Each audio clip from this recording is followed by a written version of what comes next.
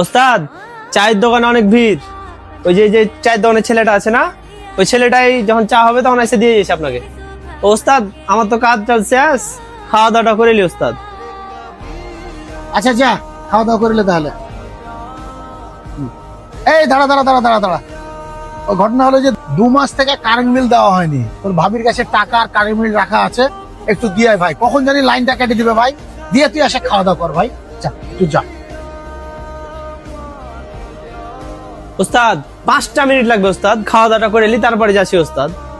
আরে ভাই লাইনটা কেটে দিলে প্রচুর বিপদে পড়ে যাবো ভাই। তুই যা তো আগে কারেন্ট বিলটাকে দিয়ে তো ভাই, তারপরে খাওয়া দাওয়া কর ভাই। যা ভাই যা। আচ্ছা কি হাবিব ভাই, ছেলেটা যে আপনার কাছ থেকে খাওয়ার জন্য 5 মিনিট সময় চাচ্ছে, তো খাইতে দিচ্ছেন না কেন?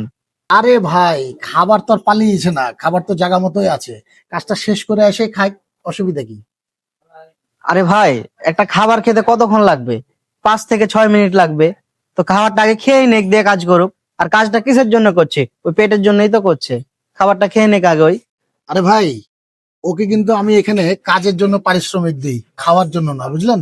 তো ঠিক আছে শ্যাম ভাই, আমার কিছু পার্টস কিনতে হবে গাড়ির জন্য। আমি উঠলাম, আপনি বসেন, হ্যাঁ কাজ করছে ওরা। এই মাসুম, মাসুম শোনো, মাসুম শোনো, এদিকে আসো। আরে ভাই 5টা মিনিট লাগবে, আমার খাওয়া দাওয়াটা করে নি তারপরে আসছি।